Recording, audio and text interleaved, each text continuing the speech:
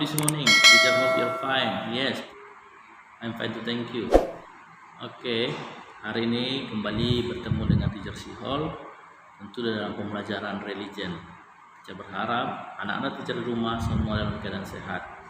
Ya, tentu lewat apa? Lewat menjaga kesehatannya dan tentunya sering memakan makanan yang bergizi, bervitamin, ya, untuk menambah imun tubuh kita, memberi kekuatan ke tubuh kita.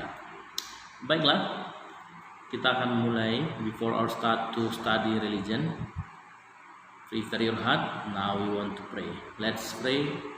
Lord Jesus, we say thank you for your blessing. Today we are going to study. Please bless us so that we can understand about the lesson.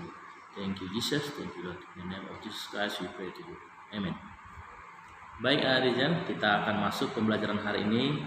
Tentu pembelajaran 9, yaitu dengan topik, we have topic today, teman sejatiku. Nah, bacaan kita tentu terambil dari Amsal 17 ayat 17, kemudian Yohanes 15 ayat 9 sampai 17. Nah, apa sih tujuan pembelajaran hari ini? Tentu tujuan pembelajaran hari ini kita supaya mengerti teman sejati itu apa, ya. Apa sih teman sejati itu? Kemudian teman sejati itu kita dapatkan hanya tentunya dari Tuhan Yesus, ya.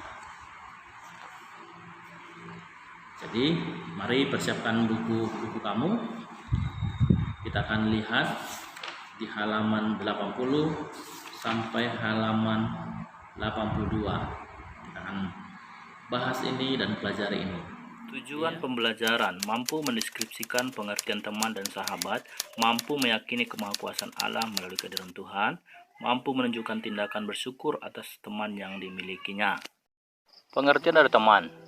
Dalam kamus bahasa Indonesia didefinisikan sebagai kawan, orang yang bersama-sama bekerja, berbuat, kemudian berjalan, teman kita bercakap. Nah, kalau dalam kamus bahasa Inggris kita sering mendengar kata friend, yang juga artinya teman atau sahabat. Nah, tentunya sedangkan sahabat adalah orang yang lebih dari teman. Bahkan seorang sahabat mungkin lebih dari seorang saudara. Nah, itu tertulis dalam Amsal 18 ayat 24b. Tentunya sahabat yang baik tidak akan pernah menunjukkan jalan yang salah kepada orang yang dikasihnya, ya kan? Ia akan menegur jika sahabatnya salah dan membela jika sahabatnya memang benar.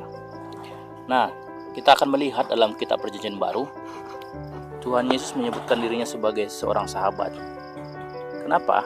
Karena yang jelas dia rela mati di kayu salib untuk menebus dosa manusia. Nah, kita harus bersyukur karena kita diangkat menjadi sahabat Tuhan Yesus. Ya. Teman sejati biasanya kita dapatkan melalui pertemanan kita lama. Kita sudah lama berteman dengan dia. Nah, kita lewat itu kita bisa lihat dia. Apakah dia ada untuk kita ketika saat kita mungkin ada masalah. Dia mau menolong kita. Dia mau berbagi dengan kita. Nah, itu ya. Nah, kita akan lihat di sini bagaimana sih ciri-ciri teman yang baik. Nah, yang pertama tentu selalu mendukung kita, kemudian selalu mendoakan kita, mendorong kita untuk lebih dekat kepada Tuhan, bersama kita dalam suka maupun duka, tidak menjerumuskan ke dalam dosa, kemudian selalu menunjukkan jalan ketika kita salah. Iya, kemudian apa lagi? Ya, teman kita tentu ciri-ciri teman yang baik itu rendah hati, ya, tidak sombong, terbuka, berkata apa adanya. Nah, jadi kalau kita mau melihat teman yang tidak baik, tentu kebalikan dari ciri-ciri yang sudah teacher sampaikan tadi, ya. Nah, setiap orang di dunia tentu bahkan kita menginginkan seorang teman yang baik, ya kan, jadi sahabat. Nah, setiap orang membutuhkan penghargaan dan kasih dari temannya. Namun, tidak semua orang bisa menjadi sahabat sejati. Dalam Amsal 17 ayat 17 dikatakan, sahabat sejati menaruh kasih setiap waktu, baik dalam suka maupun duka, dan bisa menjadi seorang saudara dalam kesukaran. Nah, kita juga melihat di dalam Alkitab Perjanjian Lama antara persahabatan Daud dan Yonatan itu dalam 1 Samuel 18 ayat 1 sampai 5 dan Samuel 20 ayat 1 sampai 43. Di sana jelaskan sekali persahabatan antara Daud dan Yonatan. Wah, mereka sangat luar biasa pertemanan mereka, persahabatan mereka. Kalau kita melihat pertemanan antara Daud dan Yonatan itu pertemanan yang sangat bagus ya, pertemanan yang sangat membangun. Mereka ada baik suka dan duka. Meskipun keadaan Daud pada waktu itu sangat terjepit, sangat sukar. Karena kenapa? Daud dibenci oleh ayah dari Yonatan. Tapi meskipun begitu, Yonatan tetap mengasihi Daud. Kita juga melihat dalam Alkitab, yaitu dalam Ayub 6 ayat 1 sampai 30 dijelaskan di sana bahwa Ayub ketika dia susah, dia mendapatkan kesusahan, anak-anaknya meninggal, istrinya meninggalkan dia, kemudian hartanya semua habis. Teman-temannya apa? Tidak mau berteman sama dia. Bahkan apa teman-temannya apa? Teman-temannya menyalahkan Ayub.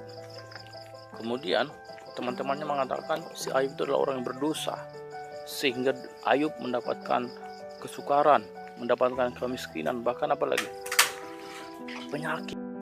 Jadi lewat pembelajaran ini Tuhan Yesus menghendaki kita memiliki sahabat rohani, sahabat dalam Tuhan. Nah, apakah kamu sudah mempunyai teman, sahabat rohani? Tentu yang bisa mendukung kamu, menyayangi kamu, kemudian mengasihi kamu. Oke ya, jadi sampai di situ penjelasan teacher. Jadi ya, tugas kita hari ini